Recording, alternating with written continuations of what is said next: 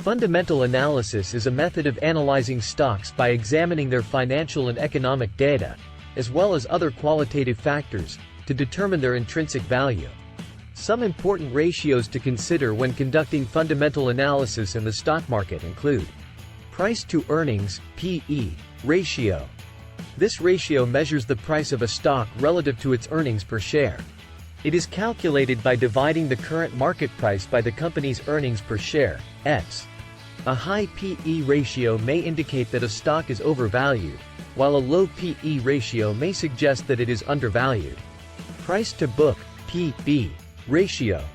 This ratio measures the price of a stock relative to its book value per share.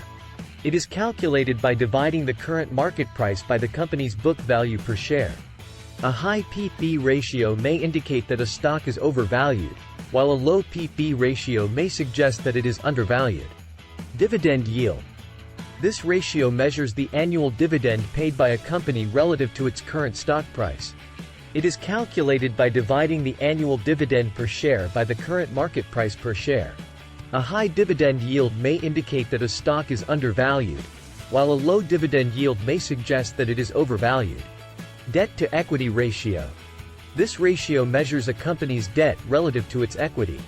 It is calculated by dividing the total debt by the total equity. A high debt-to-equity ratio may indicate that a company is highly leveraged and may have difficulty servicing its debt, while a low debt-to-equity ratio may suggest that a company is financially stable.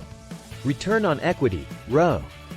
This ratio measures a company's profitability relative to its equity. It is calculated by dividing the net income by the total equity.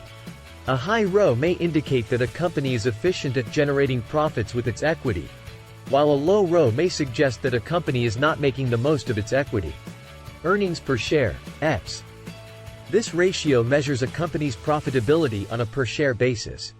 It is calculated by dividing the net income by the total number of outstanding shares.